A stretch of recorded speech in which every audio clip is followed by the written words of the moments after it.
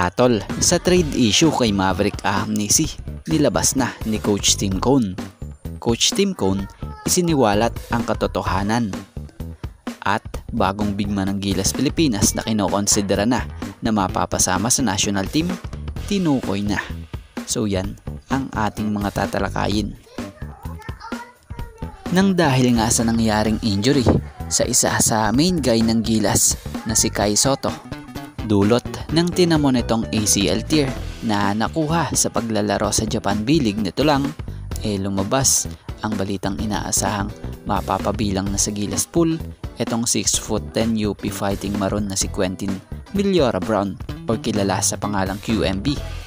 Dahil batay nga sa nilabas ni Abante, credit po, mismong si Coach Tim Cone pa lang nagsabing maaaring ikonsidera si QMB na dagdag puwersa sa ilalim ng Gilas squad kung magiging kumpleto ang mga kaukulang papeles nito na siyang requirement sa mga FIBA sanction tournament.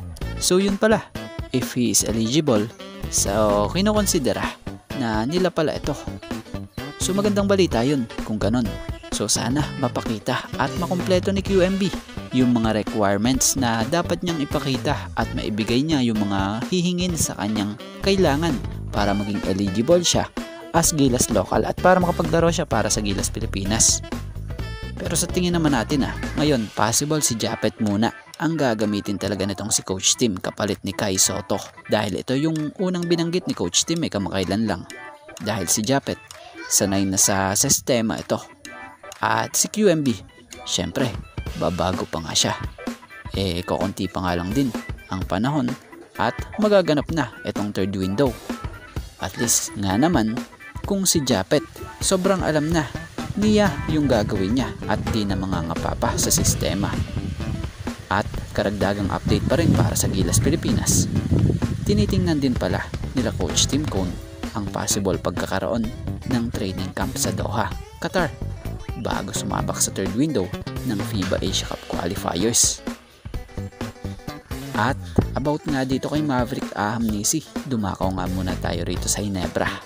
Kamakailan pumutok ang usap-usapang nilagay na ng Ginebra sa trading block itong si Maverick Ahmisi. Pero sa latest report ng Fast Break, dito binasag na ni Ginebra head coach ang balitang ito, na kung saan ayon sa naging pahayag ni Coach Tim sa Dwar Abante Radyo's Sports Now program regarding Mav, absolutely not true. So yun, malinaw na hindi totoo ang rumors kay Maverick Ahmisi na nasa trading block na ito. So yun, sa ngayon ito nga lang po muna ang ating sports pasada, and thank you for watching guys, and God bless everyone.